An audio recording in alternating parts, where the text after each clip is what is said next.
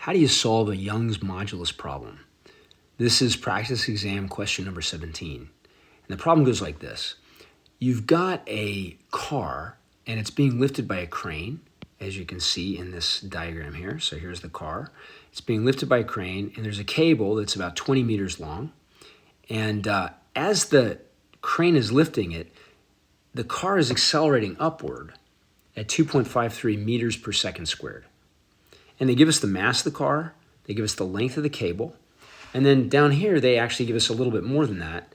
If the cable is 20 meters long, it has a diameter of 1.5 centimeters.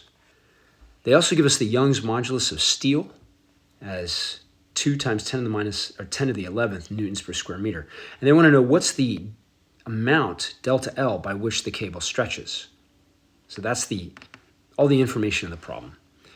So since you know it has something to do with Young's modulus, which is often represented by the letter E, let's just write out the example of what Young's modulus is. It's basically stress divided by strain. And stress is the amount of stuff you load on the material. So it's the force per cross-sectional area for a cable, for example.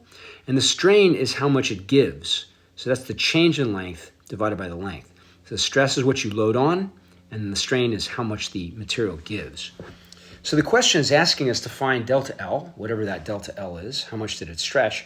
And so what I can do is basically set this equation up, this one here, and try to solve it for delta L. So dividing by a fraction is the same thing as multiplying by its reciprocal, so I can rewrite that equation above like this. So Young's modulus of E equals the force over the area, that's the stress, divided by the strain. So notice I've just flipped it upside down. Now I want to solve for delta L. I'm going to multiply both sides by delta L and divide both sides by E, Young's modulus, and I get this. So here's my equation. Now if I can just plug in for F and for A and for L and for E, then I'm in good business because then I can just get delta L. All right, so let's expand this a little bit. Leaving F as it is, I can say the area of the cable, the cross-sectional area of the cable, has got to be pi r squared. I'll find out what r is. I'll put it in there because that's the area of a circle. We're told that the length of the cable is 20 meters. We're told that the Young's modulus for steel is 2 times 10 to the 11th newtons per square meter. Okay, so let's expand this pi r squared. The diameter of the cable, you might remember, is 1.5 centimeters.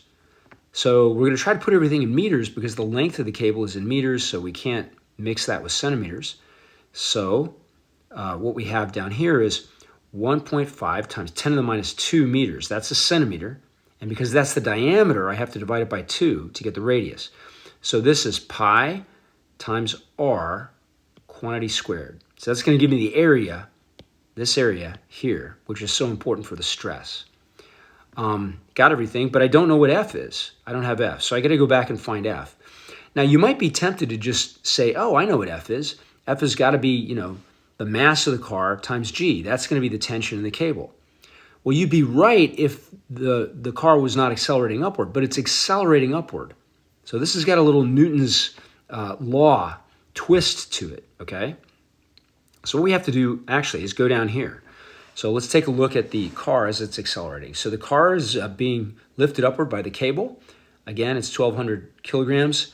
And we do a little free body diagram of it here. And tension is going up and mg is going down. I'm going to say up is this direction because that's the direction the car is going to be moving. So we do the sum of the forces in y equals ma. Tension is positive, mg is negative. And that will equal the mass of the car times the acceleration it experiences.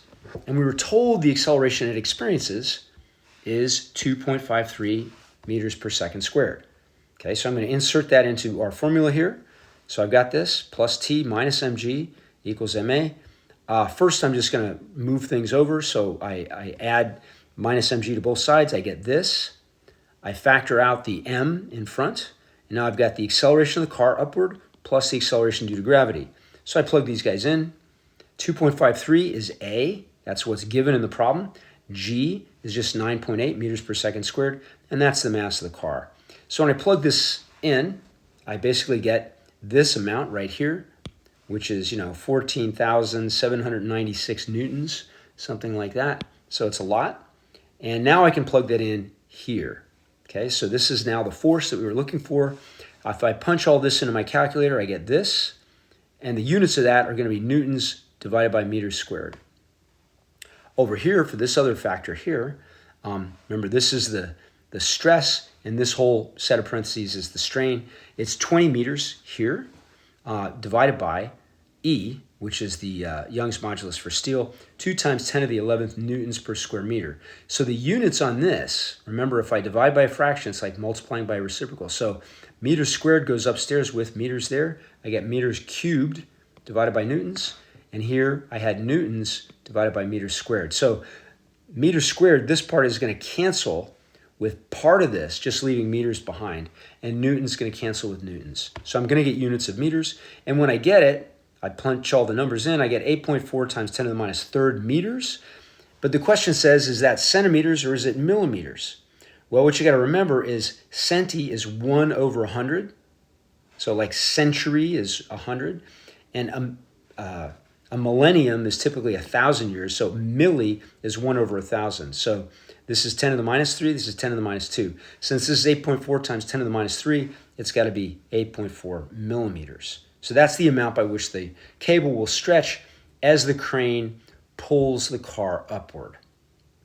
Hope that's helpful to you. Leave comments if there's anything that wasn't clear. Thank you.